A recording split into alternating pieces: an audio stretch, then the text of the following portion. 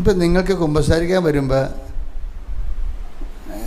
ഞാനെന്ത് കുമ്പസാരിക്കാനാണ്, ഞാൻ ഇങ്ങനെ ദൈവത്തിനെ ഒപ്പിച്ച് ജീവിക്കുകയാണ്, പ്രത്യേകിച്ച് കുമ്പസാരിക്കാനൊന്നും ഇല്ല എന്ന് പറഞ്ഞാൽ നിങ്ങൾക്ക് ഒന്നെങ്കിൽ ഞാൻ പറയാം നിങ്ങൾക്ക് എന്തോ വട്ടുണ്ടെന്ന് പറയും.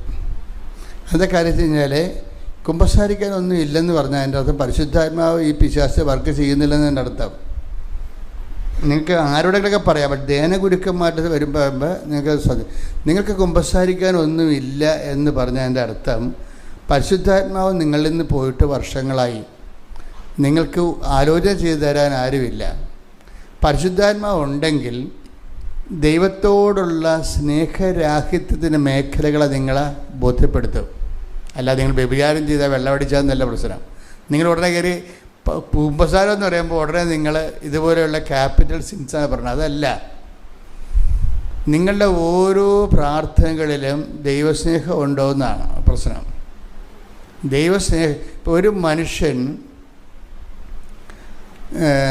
ദൈവസ്നേഹം ഉണ്ടെങ്കിൽ സ്വാഭാവികമായിട്ട് പാപം കുറഞ്ഞിരിക്കും.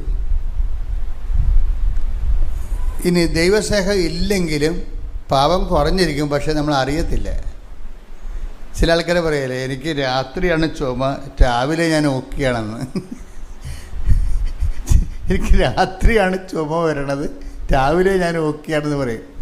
ചില കുമ്പസാരക്കാരുടെ ചില അവസ്ഥ അതാണ്. രാത്രി ചുമയെന്ന് വെച്ചാൽ നിനക്ക് ഉൾപ്പനി ഉണ്ടെന്നല്ലേ എൻ്റെ അർത്ഥം. പക്ഷെ പകൽ നീ അറിയുന്നില്ലെന്ന് എൻ്റെ അർത്ഥം. പകൽ നീ അറിയുന്നില്ല.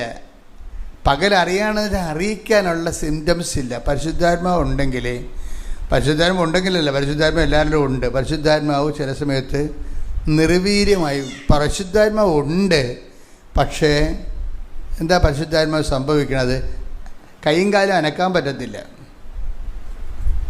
ഇപ്പം ചില പരിശുദ്ധാത്മാവ് ഉണ്ട്, പക്ഷേ പരിശുദ്ധാത്മാവിൻ്റെ കൈയും കാലും അനങ്ങത്തില്ല. എന്താ കാര്യം? സിക്കാണ്.